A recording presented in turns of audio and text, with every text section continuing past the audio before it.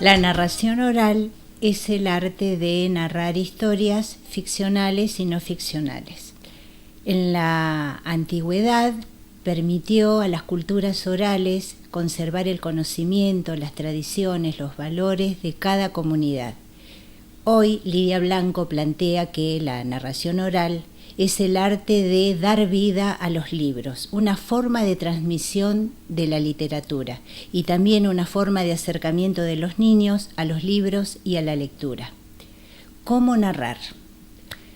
En principio hay que prestar la sensibilidad y la expresividad de cada narrador al servicio del texto.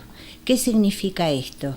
Que debo leer el texto para interpretar cuál es su sentido, cuáles son sus propósitos, cómo son los personajes, cómo se plantea la historia, cómo evoluciona y cómo se resuelve.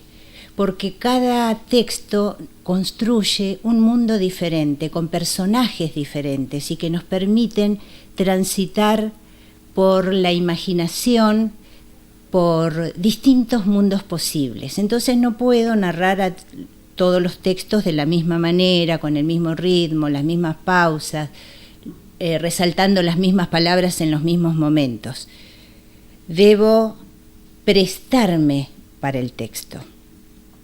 En segundo lugar, tengo que leer el texto varias veces para poder apropiarme de la historia, decirlo varias veces en voz alta, jugando con la expresividad de la voz, de los gestos, de las miradas, jugando también con las pausas y los silencios para crear suspenso.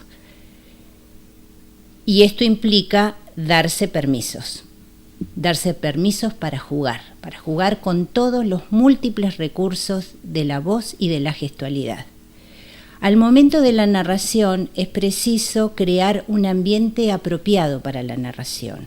Y cuando hablo de ambiente apropiado, hablo de un ambiente físico adecuado, pero también de un clima emocional que permita contar y escuchar de manera placentera.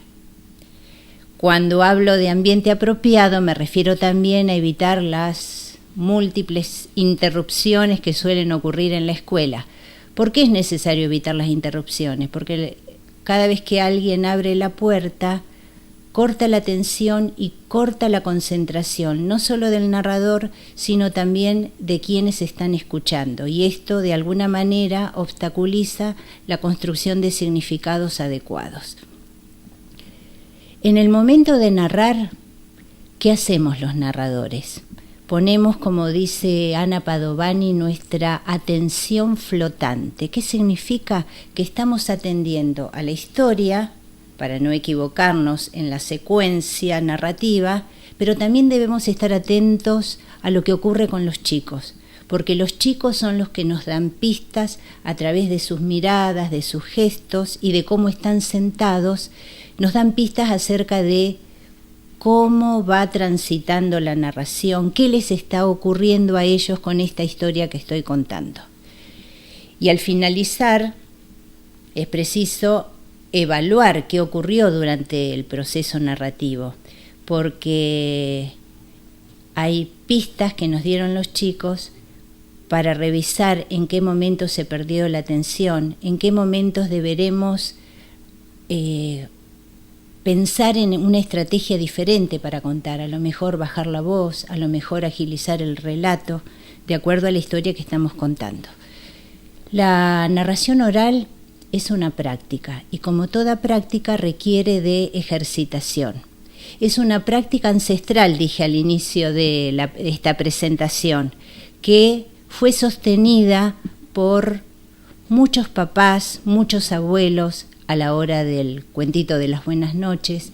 Ha sido sostenida a lo largo de generaciones por numerosos artistas populares, narradores populares. Pero no se requiere de una formación artística para contar cuentos. Todos podemos hacerlo, cada uno a su modo, a su tiempo. Con relación a esto quiero decir que hay tantas versiones de un cuento como narradores hay, porque cada narrador cuenta poniendo en cada texto su propia personalidad. Pero esto no quiere decir que nos podemos permitir modificar la historia que fue creada por un autor. No podemos cambiar los finales, no podemos cambiar las características de los personajes. Debemos ser respetuosos de lo que cada autor presenta. Porque cuando difundimos la literatura a través de nuestra propia voz, estamos transmitiendo la obra de un autor. Y para ser fieles también con